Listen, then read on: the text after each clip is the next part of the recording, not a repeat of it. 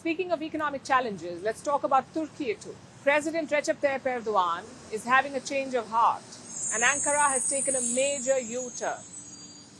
What are we talking about? Let's start with the latest. Turkey's central bank has raised interest rates from 8.5% to 15%. That's almost double.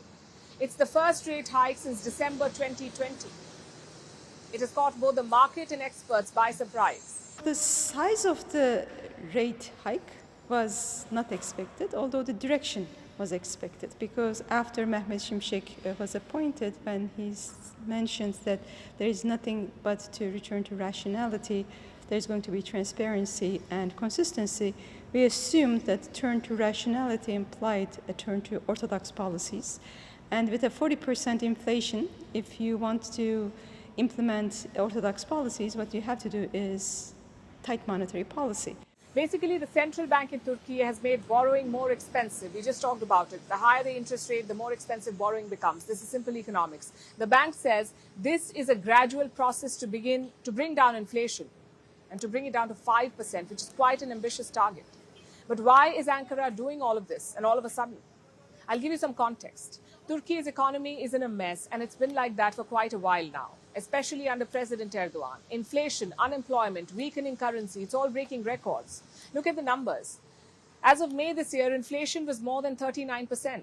At its peak last year, it was more than 85%, the highest in 24 years, 85% inflation. Unemployment was more than 10% in April this year, April 2023. And Turkey's currency, the lira, has lost more than 80% of its value against the US dollar in the last 5 years. The economic crisis in the country is severe, to say the least. Next question. How did they end up here? Time for a story. You see, the two E's of Turkey, Erdogan and economy, have had a love-hate relationship. When he became prime minister in the year 2002, Erdogan inherited a broken economy. Gradually, he tried to fix it. The result was this. Poverty and unemployment plunged. Inflation that was once in triple digits came down to 5%. And this helped him gain popularity over the years. But then things changed. Erdogan changed. Cut to 2016. He was the president of Turkey then. In 2016 too, a coup attempt to overthrow him was foiled. An emergency was imposed. And it's around this time that things began going south for the economy. Analysts call it a hole of its own making. In fact, economy had become such a big issue, even in the elections this year, the one which Erdogan won only narrowly. Voters had little hope that things would change if he came back to power. I'm not sure what to expect. I think things will get worse because foreign currency and gold prices are on the rise and the economy is bad. It won't be a problem for the rich, but life will become more difficult for those with lower incomes and pensioners. Well, now he's back in power and he's trying to undo the damage he did to the economy, which brings me to the next question. What did Erdogan do to the economy? Simply put, lack of planning and excessive control on the central bank. You see, the central bank is responsible for monitoring and keeping all key economic metrics under control. When things go south, this bank tries to take measures to contain it. Let's take the current example. To contain inflation, you're hiking interest rates. This is the conventional wisdom. You make borrowing expensive. The circulation of currency falls. So demand and prices of goods goes down. Eventually, inflation goes down. To tackle high inflation, hiking interest rates is a key starting point. But what did Turkey do? The exact opposite.